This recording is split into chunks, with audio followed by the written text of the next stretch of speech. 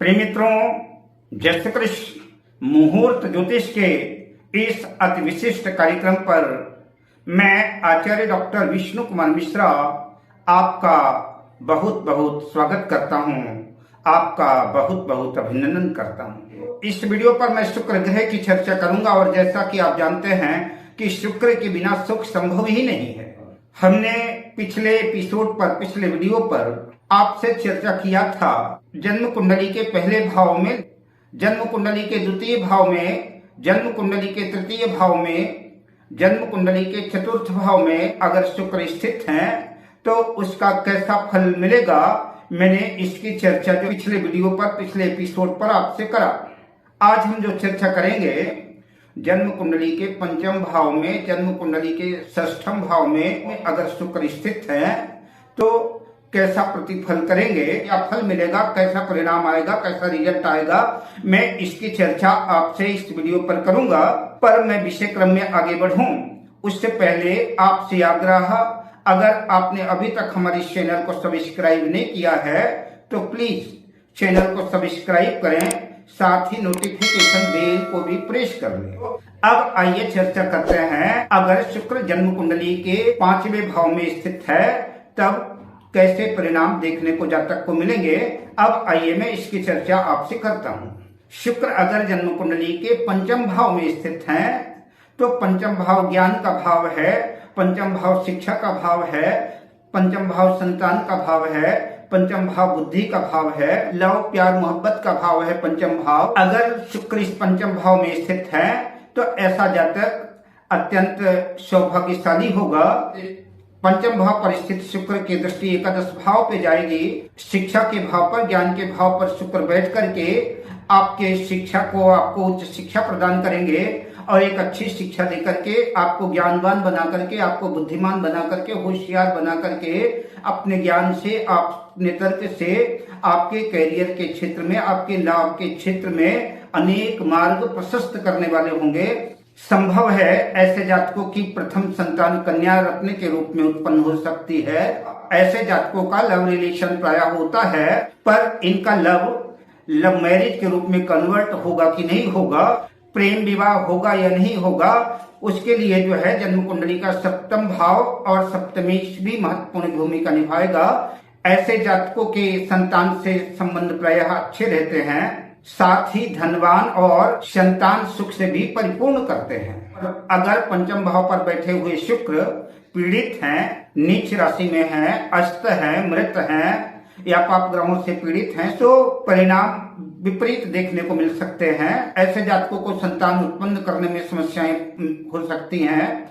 शिक्षा के क्षेत्र में भी जो है प्रतिकूलताएं आ सकती हैं, कठिनाइयां आ सकती हैं। कदाचित किसी तरह अगर संतान हो भी गई तो ऐसे जातकों को संतान का सुख ज्यादा नहीं मिल पाता। अब चर्चा करते हैं कि अगर शुक्र जन्म कुंडली के छठे भाव, षष्ठम भाव में स्थित है तो जातक के सामने कैसे परिणाम परिलक्षित होंगे, कैसे परिणाम घटित होंगे, कैसा फल मिलेगा, इसकी चर्चा करते हैं। तो जैसा कि आप जानते हैं कि जन्म कुंडली का यह छठा भाव त्रिक भाव कहलाता है, रोग ऋण शत्रु का भाव है। यहाँ पर शुक्र का बैठना बहुत अच्छा नहीं कहा जा सकता। शुक्र पुरुषों में विवाह के भी कारक हैं और यहाँ पर बैठे हुए शुक्र जो है तो सप्तम भाव से 12वें भाव में, व्यय भाव में होंगे तो दाम्पत्य जीवन के लिए, वैवाहिक जीवन के लिए यहाँ पर बैठे शुक्र को बहुत अच्छा पुरुषों के लिए नहीं कह सकते। ऐसे जातकों को खासतौर से शुक्र नीच राशि या कि शत्रु राशि वगैरह में होंगे तो कई बार ऐसे जातकों को प्रत्येक क्षेत्र में धोखा मिल सकता है, कर्ज की स्थितियां बन सकती हैं, इनके इर्द गिर्द कई दुश्मन हो सकते हैं। छठे भाव में बैठे शुक्र जातक को चारित्रिक दोष भी देते हैं। ऐसे जातक को समाज में अपना स्थान बनाने के लिए अपने चरित्र को संवारने की बेहद आवश्यकता महसूस होगी। अगर जन्म कुंडली में शुक्र कमजोर है तो ऐसा जातक पेट रोग से, वायु रोग से, गैस रोग से पीड़ित नजर आ सकता है। कफ की शिकायत हो सकती है, आंखों से संबंधित परेशानियां हो सकती हैं, मूत्र मार्ग यौन रोग से संबंधित, पेशाब की थैली, गुर्दे के रोग, पथरी, जननांग से संबंधित बीमारियां, बेहोशी के दौरे, मधुमेह से संबंधित, डायबिटीज से संबंधित, मोतिया बिंदु आदि की समस्याएं जातक को उद्विग्न और परेशान कर सकती हैं। अब आइए कमजोर शुक्र को मजबूत करने के कुछ महत्वपूर्ण उपायों की चर्चा कर लेते हैं। शुक्र अगर जन्म कुंडली में कमजोर है, अस्त है, मृत है, तो शुक्र की ताकत बढ़ाने के लिए किसी योग्य ज्योतिर्विद से सलाह लेकर के उत्तम किस्म का डायमंड हीरा धारण करना चाहिए।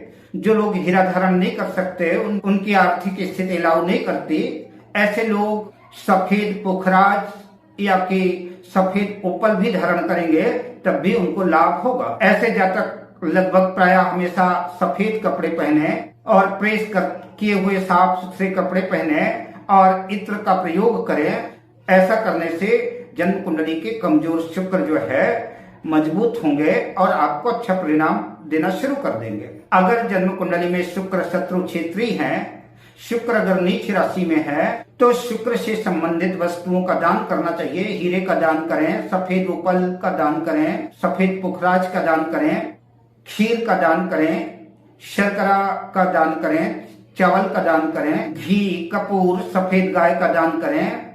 शुक्र से संबंधित जितनी भी वस्तुएं हैं तो उन वस्तुओं का दान करें और शुक्र का दान प्रायः शुक्रवार के दिन सूर्यास्त के बाद ही करना चाहिए। शुक्र चाहे नीच राशि में हो या कमजोर हो, दोनों परिस्थितियों में शुक्र के मंत्र का जाप करना जो है लाभकारी सिद्ध होगा। शुक्र का मंत्र है हिम कुंड मृणालाभम दैत्यानाम परमं गुरुम सर्वशास्त्र प्रवक्तारम भार्गम प्रणमाम्यहम्। अब मैं आपसे लेता हूं विदा शुभ कामनाओं के साथ। जय श्री कृष्ण।